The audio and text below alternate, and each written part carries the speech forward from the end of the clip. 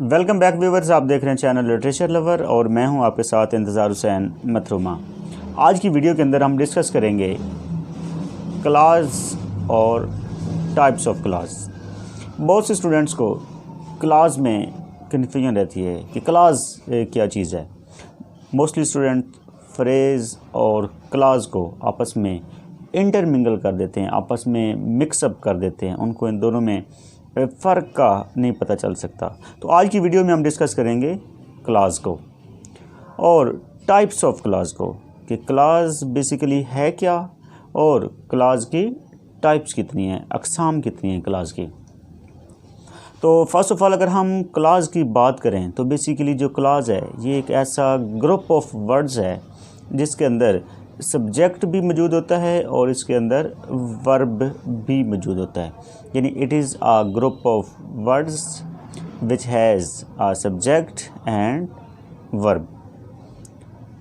और अगर हम इसकी टाइप्स की बात करें, बेसिकली जो क्लास है इसको हम एक शॉर्ट सेंटेंस भी कहा करते हैं कि जो क्लास है ये बेसिकली एक शॉर्ट सेंटेंस होता है। ये अपना कंप्लीट मीनिंग कन्वे कर रहा होता है, कंप्लीट मीनिंग जो है ये अपने दे रहा होता है, क्योंकि इसमें सब्जेक्ट भी होता है और वर्ब भी होता है।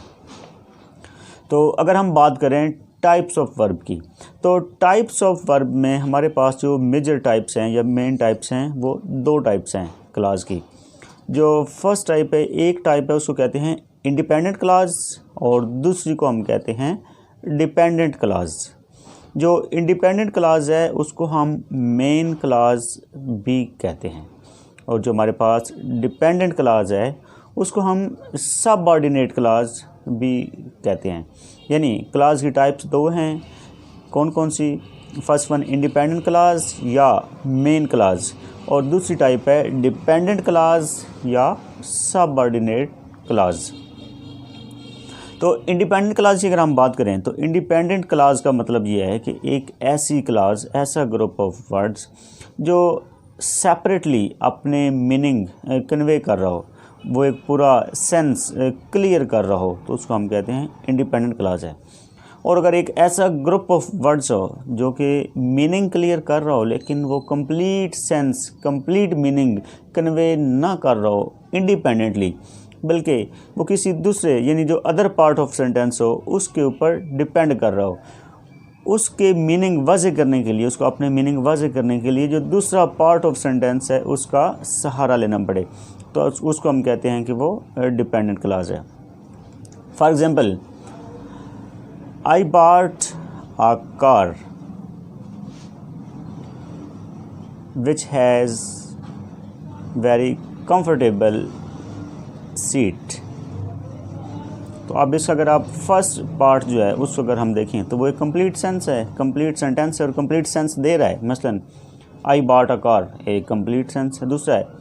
दूसरे अगर पार्ट को हम देखें उसको हम ये फर्स्ट वन जो है इसको हम कहते हैं इंडिपेंडेंट क्लास और जो दूसरा पार्ट है उसको हम कहते हैं डिपेंडेंट क्लास, जिसमें है which has a comfortable seat.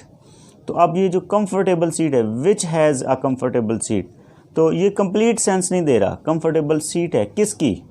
इसके लिए हमें उसका जो पहला पार्ट था एक कार, उसका हमें सहारा लेना पड़ा। तो जो पहला पार्ट था उसको हम कहते हैं वो डिपेंडेंट क्लास है और जो नेक्स्ट पार्ट था हमारे पास उसको हम कहते हैं कि वो डिपेंडेंट क्लास है। उसकी अगर हम इसकी नेक्स्ट कोई और अगर हम एग्जांपल देना चाहें तो हम इसकी ये भी एग्जांपल दे सकते हैं। I saw a car which was very beautiful. अब जो फर्स्ट पार्ट है उसमें आई सॉ अ कार एक कंप्लीट सेंस है, ये इंडिपेंडेंट क्लास है। दूसरा जो पार्ट है, दूसरे पार्ट में क्या है कि वो वाला पार्ट अपनी कंप्लीट सेंस देने के लिए, अपना कंप्लीट मीनिंग वाज़ेह करने के लिए पहली क्लास के ऊपर यानी पहले पार्ट के ऊपर इन्हसार कर रहा है, मुनहसर कर रहा है, डिपेंड कर रहा है। इस वजह से जो लास्ट वाला पार्ट है उसको हम कहते हैं कि वो डिपेंडेंट क्लास है। तो ये तो था बेसिक शॉर्ट सा लेक्चर इसके ऊपर, क्लास के ऊपर। उम्मीद है कि आपको क्लास और उसकी टाइप्स जो है वो समझ में आ गई होंगी। तो इससे अगले लेक्चर में हम फ्रेज़ को डिस्कस करेंगे और फिर फ्रेज़ और क्लास का आपस में कंपैरिजन करेंगे कि ये दोनों आपस में इनका फ़र्क क्या है, इनका आपस में एक दूसरे डिफरेंस क्या है। अगर अभी तक आपने चैनल सब्सक्राइब नहीं किया हुआ तो आप चैनल को सब्सक्राइब कर लें और साथ ही बेल आइकन को भी प्रेस कर दें।